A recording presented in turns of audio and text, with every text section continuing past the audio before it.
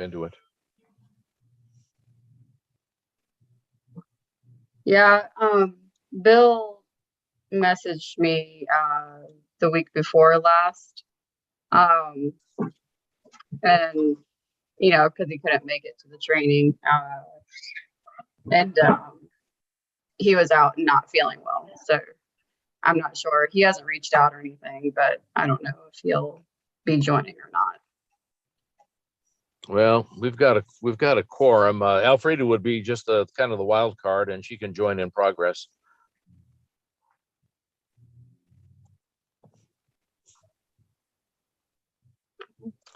I have 7:01, so I think I'm going to strike the electronic gavel and bring us into session. This is the September 7th, 2022 meeting of the Planning Board of Pittsboro, North Carolina. And we have a somewhat abbreviated agenda tonight with just one item to be considered.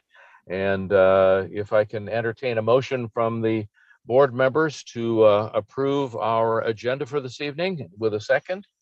Carl here. I'll move to approve the agenda. This is Do I hear a Charity. second? I'll second.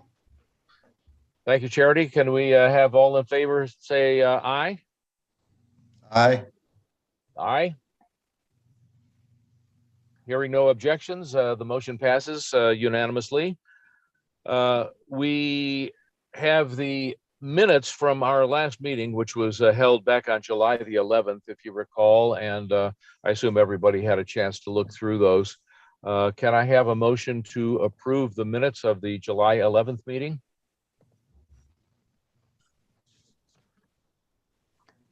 Any discussion or questions on those minutes? This is Charity. I'll move to approve the minutes. Thank you, Charity. Do I have a second? I'll second them. Ray. Thanks, Ray. Thanks very much, Ray. All in favor of adopting the minutes of July the 11th, please say aye. Aye. Aye. Aye. Not hearing any objections, we will say that that has passed unanimously. So we come to the one item of new business tonight, which Ms. Phelps is going to be presenting. And all of this is really procedural stuff. It's changes to some language and formatting to the UDO, which needs our approval in order for it to be passed on to the Board of Commissioners for inclusion in the UDO. And I will turn it over to you, Janie. Okay.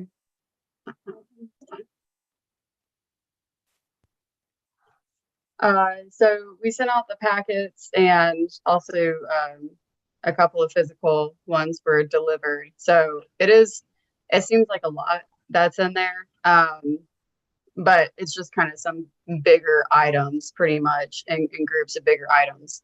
So I don't really have anything necessarily to present, but I have it pulled up. Do you see it on the screen, right? The memo?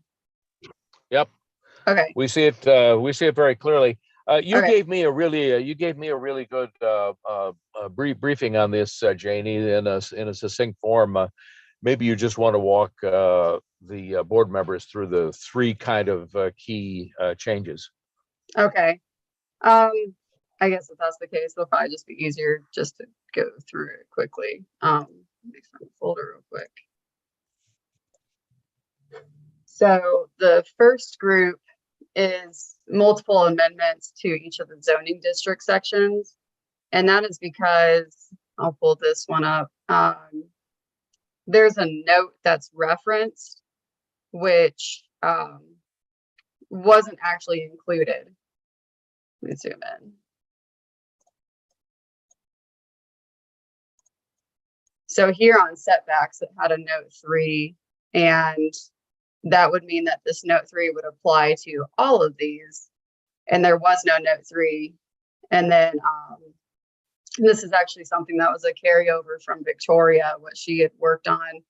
The note 3 is actually supposed to apply to townhouse lots, and so it's saying that there's not going to be a side yard setback if it's adjoining another townhouse lot, because townhouses are generally right next to each other. So that just clarifies that, and that's throughout multiple zoning jurisdictions. pull up the next one. The section 2 is amending the multifamily residential district. So originally, it was kind of confusing. Or I guess currently, I should say. Currently, it just has multifamily use, and then I deleted the other table. It had multifamily use and all other uses. So it's kind of confusing how it was all worded. So I went through and I did some research, and I've also been talking to a few other people for some information as far as kind of the trends and development. And I broke it down into single family dwellings within multifamily residential, townhome use, and then multifamily and non-residential and mixed use structures. So the mixed use would be essentially residential above retail. So I broke it down, organized everything. This townhome section is actually referenced in this section of the UDO. So some of these things like the setbacks apply there, and all of these are also located within that section. So I know this is a little more of a overhaul of this section. So if anyone had a chance to look at it, did you have any questions about anything that's being proposed?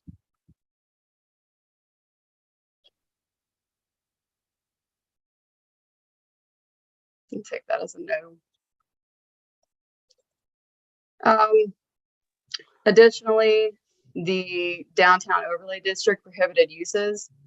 We had someone asking us about utilizing one of the places of worship downtown, and they wanted to use it as a temporary school, not associated with the church. So in that case, it would have been another principal use, and it's in the downtown overlay. So in talking with staff about it, we realized that, there would be a lot of difficulties with traffic, because generally anytime a school is involved, a TIA is needed, which is a traffic impact analysis. And there's just, no way with how our downtown is set up and what we have there for colleges or a school to really go there. So in addition to alphabetizing everything, which is why there's kind of some different numbers across here, I added in this college, university, or vocational school as a principal use, and additionally the school, elementary, middle, or high as a principal use. And the reason I put principal use is that kind of limits it to someone can't just have a school downtown. Now, if it is through a church and that's something they do in coordination with the church, that's a different story. They'll still have to talk to us and make sure that they have everything in line. But this at least prevents schools from being right downtown, because it just doesn't make any sense for our town at the time. In addition, I'm removing it as a permitted use in the C4 zoning, which is just the downtown zoning district. That's the only place it's at. Does anyone have any questions about that? No, I think that's really clear, Janie. Thanks very much. The alphabetizing the table too was a great idea. It makes it so much easier to reference. Yeah. Next up is the landscaping standards. So we were contacted by one of the commissioners, and previously I was working for the Chatham County Planning Department. So I'm used to their standards and their procedures and what they have. And they have an appearance commission, and that's I believe 5 individuals or maybe 7 who have a background and have a lot of knowledge in landscaping and the types of plants and everything. So what we were given was their landscaping standards and regulations for the appearance commission, which we just have a copy of those. That's not something we're putting in the UDO, at least not now. But they did send us a whole list of recommended and invasive plants. And I'll pull up that attachment because it is quite large, which is why it's separate. So what I intend to do is add this in as a section. Originally, it was referenced as an appendix, but with how the UDO is currently set up, it can be kind of confusing and it doesn't really make sense. And it doesn't make sense to also send someone to a section just to go to another section. So it's kind of it's just keeping everything together. So we're adding a section 5.7 for the recommended plants and then also the invasive plants. So these changes are just amending that and changing it from Appendix 1 to that section. And so let me zoom out a little bit. So of the recommended plants, it's 15 pages, but I'll just show this one to give you an idea. It's broken down by the different types of trees or shrubs, vines, grasses, and then it has the scientific name and the common name as well, and then a lot of the basic information about it. So this will be great for us moving forward because we do review landscaping plans, and so when we're looking at this, we can go through this list, and if something's shown as being invasive, you know, or not on the recommended, then we have a better idea of what to recommend to them. You almost need to be a botanist to to read through this, but it's very comprehensive. Thank you, Janie. Yeah, it is. Thanks to Chatham County, and I did reach out to them and made sure that it was okay if we pretty much copy and pasted what they have, since we're all in the same jurisdiction. It really makes sense, and that way it also keeps consistency throughout our county, which will be nice. So it does, and we've seen a lot of these plants used and mentioned in applications by Chatham Park and other developers that are preparing their landscape plans. Are there any questions from the board members on Janie's presentation? Is Go ahead, Ray. Is the presentation over now? Yes, yes. I have a question going back. We need to vote on it. If your question's about the presentation, we can take that now, or we can go to your question in the general board discussion. yeah, I was just still going through them. My question goes back to the townhouses Mm-hmm. and the side, what do you call it, offsets? Or how come the townhouses don't need to have offsets? In other words, if there's a group of townhouses, what's the minimum distance between one group and another group? So there is building code requirements, so they would have to meet those. Here, which I've also talked to building inspectors as well. We're saying that our regulation is going to be 5 foot and the code sets. So that kind of gives us kind of a protection, because if the building code changes, so if it gets further, then that would override what our regulations are. It's just a 5 foot minimum in between the building separation. So would that be 5 feet from the property line to the next set? So 10 feet between the buildings? That's what it should be. I was just confused. I was Yeah, reading- because it's adjoining other townhouse lots. So usually with the townhouse, there's just two. And they're next to each other, and then they are separated. So yeah, it essentially could be as minimal as 10 feet in between like two sets. Right. So it'd be wide enough for a fire truck or something to get through if they needed to. Well, there would be actual streets still.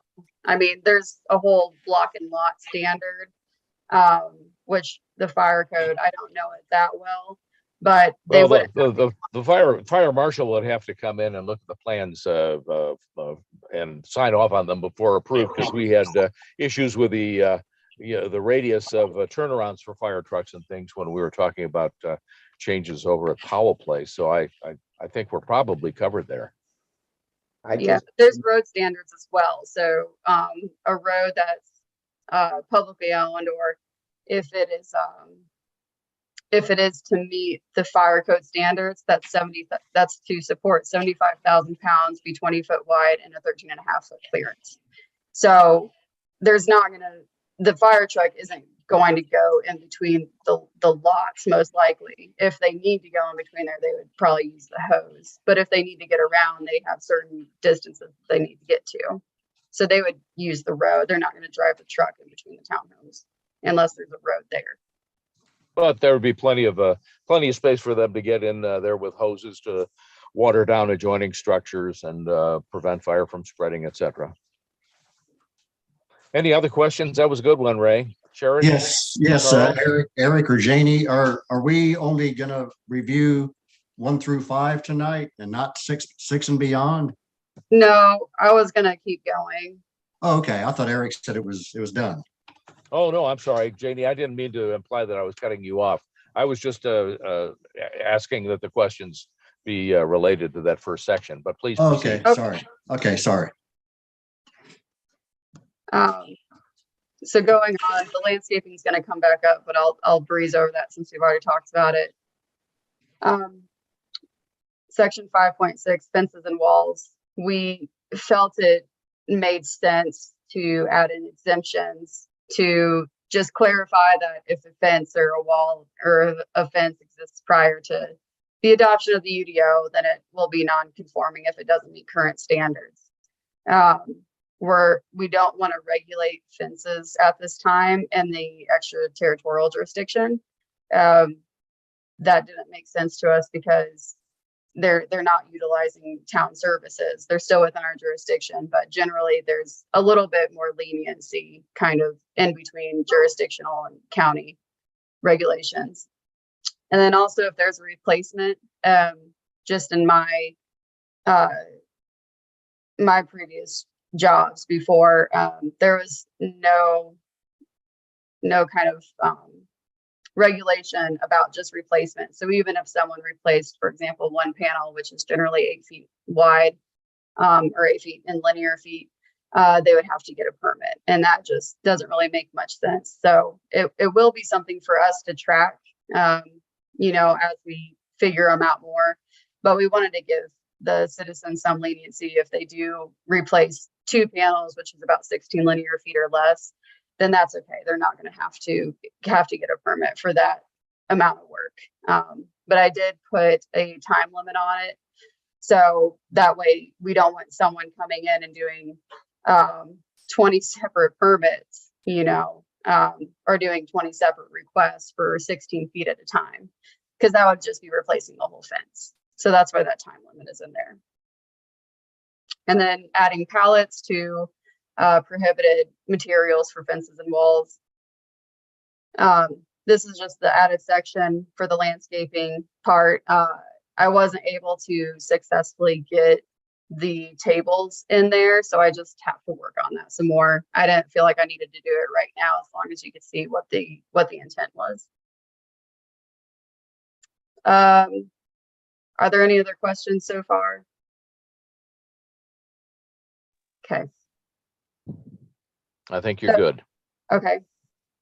So this one, currently, we don't allow flag lots anywhere within the town or the ETJ of Pittsboro. So this really limits our ETJ residents because the majority of them are on well and septic. And this means that if someone's in the RA5 and they have 10 acres, but they only have, say, 70 feet or so of road frontage, they can't utilize their property to the highest ability, which would be developing it to the best of its capabilities. So I wrote this section up to allow flag lots only within the ETJ. It doesn't make sense really to have them within town limits, but this at least gives some property owners a little bit more flexibility, but also making sure that we're developing in an aesthetic way as well.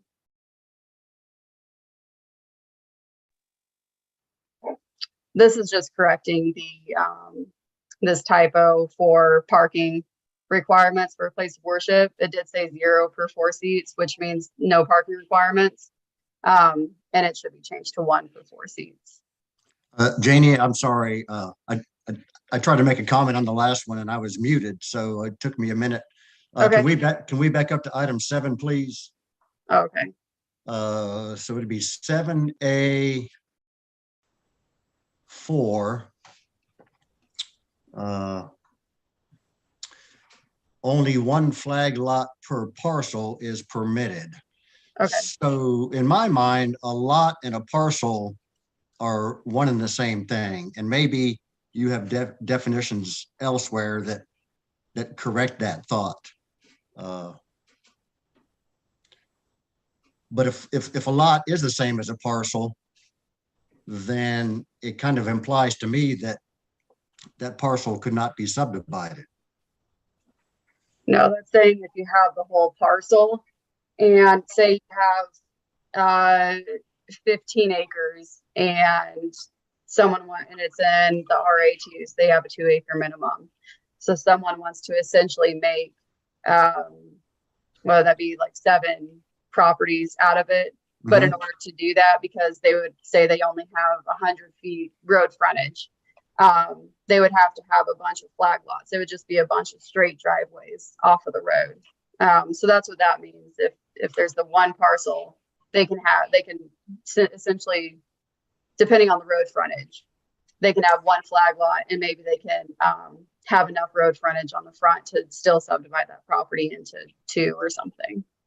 Okay, otherwise they'd have to put in a public road or an easement or something like that, or right away. A public road, so we don't allow easements either. We don't allow Okay. property access off the easements. Okay, that covers me. Thank you. Okay.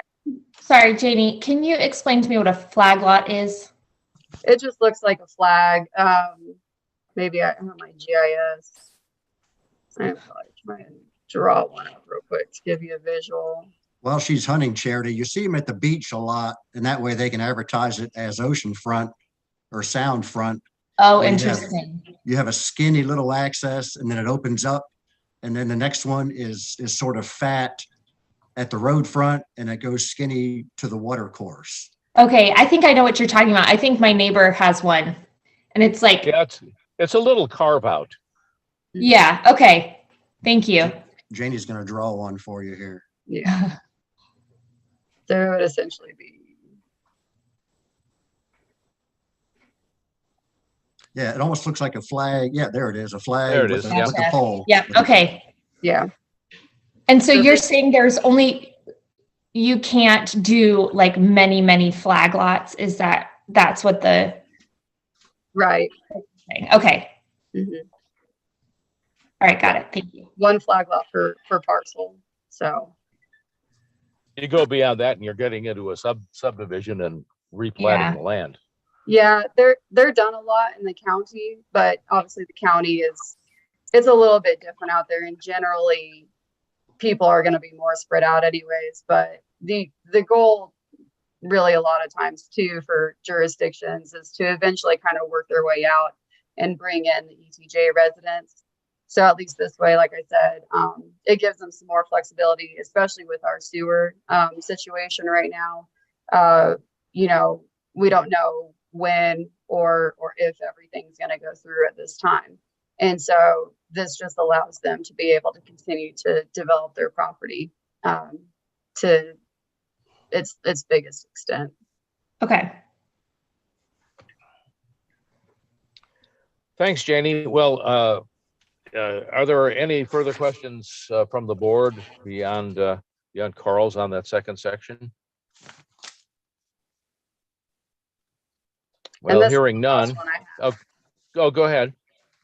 So the last one I know this was done recently. It involves the community information meeting. Molly and I have talked a lot about this because we both come from other jurisdictions, and in the jurisdictions I have worked in, currently, let me back up. Sorry. Currently, Town of Pittsboro staff is required to go to these community meeting informations. Obviously, right now it's not that big of a deal because we can't really develop anything. So, because we don't have sewer to give these developments at the time being, but people still are allowed to rezone their property if they want to. So I went ahead and I think this was just done at the beginning of this year, right before I had come on board, or it was being reviewed by the Board of Commissioners right before I came on board. But it's just something that really staff can be put in a bad situation as well. We're not there at these community meetings to portray that we're on the developer side. But we also don't want to just be completely on the citizen side either. It's really riding a fine line, and we're just there for information purposes only, but we just don't want to kind of get in the middle of that situation. Well, I was told about why it was changed because there is no verification that they were being done, but there's a way to do it. And that's essentially requiring the applicant to give us a copy of the letter they sent for the community meeting and also a copy of the receipt from the post office about when these letters were postmarked. And we just have to verify that there is at least 14 days between when it was sent and the date of the meeting. And also, this helps shorten up the time of the application, because with this text amendment, it's requiring it to be done prior to submitting the application. Whereas right now, the applicant submits their application, we have around a 2-week sufficiency review. And after that, the applicant then needs to tell us the details about the place, time, and date that they want to have the community meeting. And then it equals out to be about 24 days prior to the advisory meeting, which is planning board. So the current regulation is there needs to be at least the meeting needs to be at least 14 days prior to the planning board meeting. And then in addition, there needs to be mailed notice at least 10 days prior to that meeting. So that's 24 days, which is about a month. And the reason why that I understand the board kind of switched around the process of reviewing items. Originally, it was public hearing, planning board, and then a decision, was also to kind of shorten up that time. So by keeping the community meeting as it is now, where staff has to go, it adds a whole other month to do. And also more stuff for us to do when we can just verify that it was done. And then the last one is just updating the small tree definition to reference the section instead of the appendix. And that's all I have. Thanks, Janie. Any final questions on these amendments before we call for a motion to approve? There being no further questions, I'll ask for a motion to approve the changes to the UDO and to send them on now to the town's Board of Commissioners. Do I hear a motion? If not, I shall move. Do I hear a second? Thanks, Ray. Thank you. So Eric Braun moved and Ray Carney seconded. Let's open this up to a vote. All in favor, say aye. Aye. Aye. All opposed, nay. And there being no objections, this passes. Moving on, is there any general board discussion that anybody would like to bring up? It's not mandatory. So that being the given, Janie, do you have anything you want to update us on from the office there? Yeah, Molly and I have a couple of things. I was writing some notes down. I know it's been brought up before about potentially going back to in-person meetings, which staff is fine with that. And we just wanted to explain because it was told to us when we asked, everyone was favorable about going back to in-person, but then keeping the same time. So as a planning board member, it's a requirement for you all to reside within the town of Pittsboro or its ETJ. That's not a requirement for staff to live within the town of Pittsboro or ETJ. Currently, our staff all has around a 40-minute commute one way. So we're fine with going back in person, but it would be a lot more preferable if we could adjust the time. Anytime, obviously, earlier than that. But if you all wanted to keep the same time, it's really going to be easiest to just keep the meetings virtual. So we kind of want to get your take on that and any discussion that you want to have about if you want to just keep it as is, or if you would like to change the schedule in any way. And we would obviously present that to the board if there are any changes. Janie, Carl here. Is there any reason why it would have to be an evening meeting for purpose of the public? Or could it be like 3 p.m.? Yeah, I don't think there's really any regulation on that. Where I've been before, there's been like a board of adjustment meeting, and they're regularly scheduled like the third Wednesday at 8:30 a.m. So it's during the day. And then I know I've heard from other places that the planning board meets at 4 o'clock on the first Tuesday or something. So I don't think there's really any regulation as long as you all agree on it and the board of commissioners approve it and we get the schedule amended. Mm-hmm. What have you all discussed internally as would be a preferable time and day? I mean, keeping the same day is fine. The first, Monday of the month is just fine. As far as moving the time, it'd be nice to have it just at like 5:30 because these meetings are generally pretty short anyways. But we also realize that everyone has things going on too. So that's why, we're flexible to an extent, but we need some flexibility too. Mm-hmm.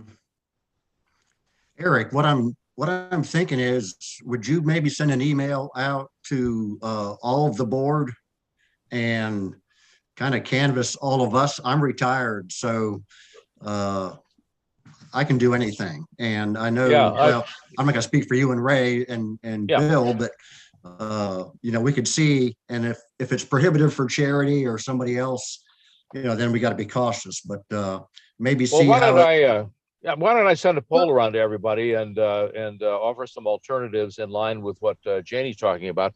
I understand what she's saying, and I'm also, and I don't know what the town board of commissioners position on this is. I'm entirely comfortable with sticking to Zoom because it's accessible to everyone from everywhere. And I'm fine with the Zoom too. I promise I'll have a new camera next month. Go ahead, Jenny.